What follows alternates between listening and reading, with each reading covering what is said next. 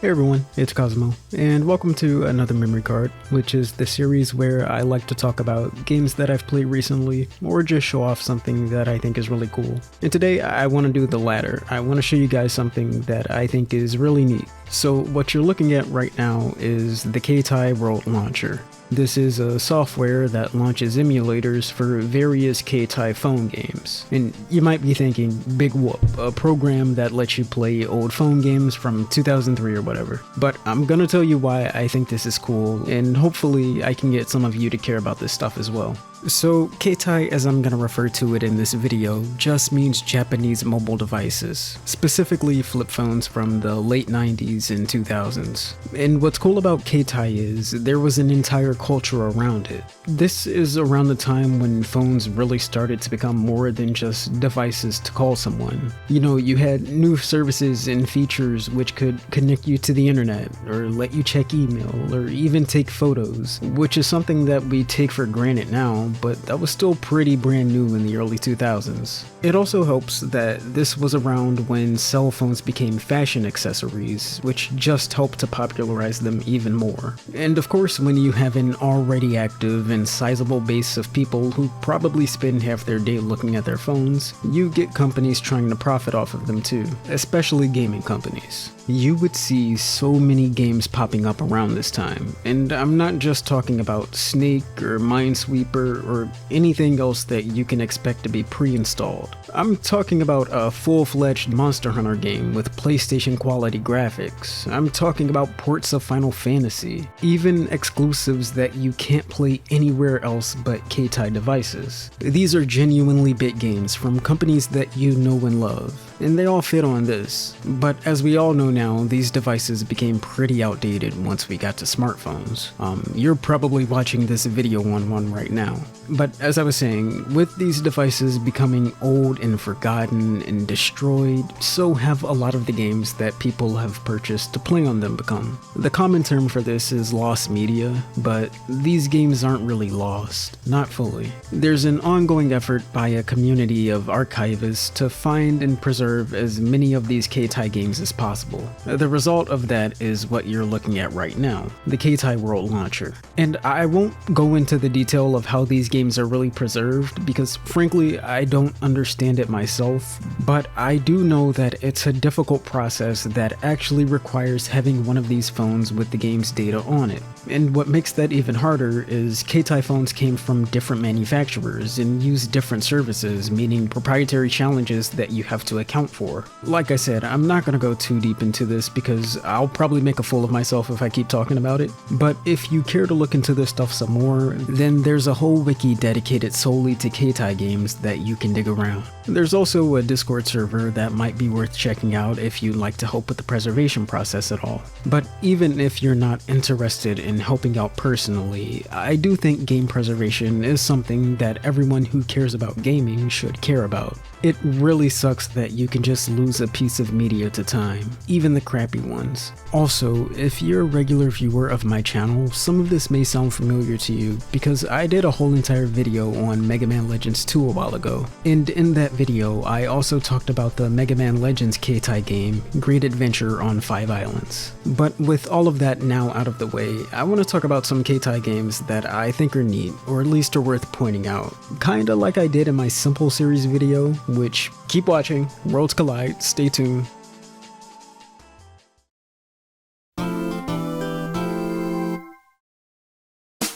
I want to start by showing off Biohazard the episodes and Biohazard the stories. These games aren't necessarily a port of any of the Resident Evils, but these are games where you're put into different scenarios as Jill, and you have to survive or make your way somewhere else in a certain amount of time. I chose this one to show off first because I think this is the best game to show off what Keitai games are capable of being. This graphically impressive 3D game that plays competently, runs just fine, and it all fits onto a Keitai phone. For some other examples of games games that aren't full ports but still bring these games to mobile, you have Lost Planet, which crashed on me. You also have this Kingdom Hearts game where you can do the Colosseum fights from the Hercules world. This was terribly laggy though. You can probably modify the settings to stop them from running so poorly or lagging so much, but I didn't really do too much digging around the configuration. But I mean, this is still cool. You can play Kingdom Hearts. You also have actual full ports, so Ace Attorney, Apollo Justice, Densha to Go, Taiko no Tatsujin, a bunch of those games actually. There was a Keitai game of the snowboarding minigame from Final Fantasy VII, or you can just straight up play Final Fantasy 1, 2, and 4. And Before Crisis, the Japanese prequel to Final Fantasy VII. I think this game was actually remade in English by fans a while ago, so you don't actually need Keitai World Launcher to play this one, but I do think it was pretty rare for a long time as well, so it's cool that this exists. We can also take a look at some of the original games too. A couple that I'm fond of are INHN Panic. This is a cute little platformer action game that I don't understand, but it has upgrades and stuff where you can eventually crawl on the walls. There's also this racing game called MOBA UFO. This is a kart racer with just a ton of personality, fun tracks, fun character designs, plays just well too. As I understand it, the MOBA in the title is short for the company's name, Mobage, which is owned by DNA, the same company who works with Nintendo on a bunch of their mobile games. Another cute game is Bomberman Jetters. This is a Bomberman platformer that's based on the series of the same name. It had some pretty fun puzzles and levels with the different abilities that the bombs had. This is the second time that Bomberman Jetters has been brought up on my channel as well, so maybe I'll make a video on it. And of course you have anime games. There's a bunch of fighting games based on existing anime series. There's a Naruto game where I hit a sit combo with Lee. There's One Piece games where I hit sick combos with Paulie and Rob Lucci. You also have some RPGs. You could play as Goku in this Dragon Ball one, or you could play this one as Luffy and a Straw Hat of your choice to fight against Alvida. I actually really like the combat in this RPG game, and I'm gonna list off a few quick ones here that I think are worth checking out, but I don't have much to say about. There's a cool Katamari game. There's a cool Sonic jumping game. There are so many boring patchy slot games.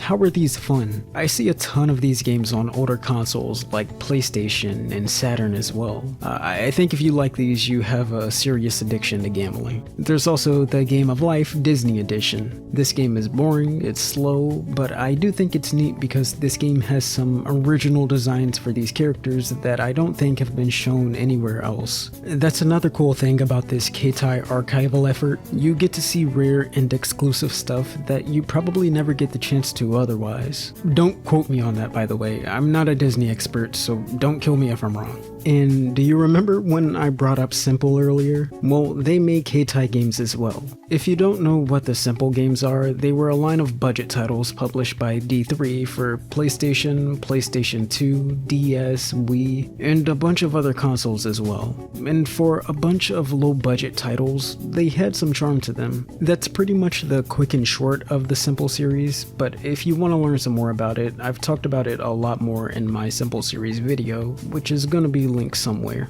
Anyways, the Simple 100 games that I played on Keitai World Launcher are neat as well. I like this little one where you had to cook yakiniku and try not to burn it. Same for the takoyaki one. There were some really cool escape games as well, where I'm assuming you have to solve some puzzles to escape whatever location you're in, but again, these games are all in Japanese, so I didn't really understand the puzzles. And of course, you can expect all the simple table games like shogi or mahjong or chess as well. Alright, and the last game I want to end on is probably the most impressive, Monster Hunter I. This is an entire Monster Hunter game that ran pretty well. I had no issues. It has full-blown customization and quests, and there's actual skill required to play this game. I had a lot of fun with it. I didn't get very far, but it did make me want to play a real Monster Hunter. To be honest, I have very limited experience with this series. I've only played 4 on the 3DS, which wasn't even my copy, and I only have World for PC because it was on sale for dirt cheap at one point. Like I said, I am in the mood to play Monster Hunter though, so if anyone wants to show me the ropes or just bother me, you can at me on Steam and I'll be down.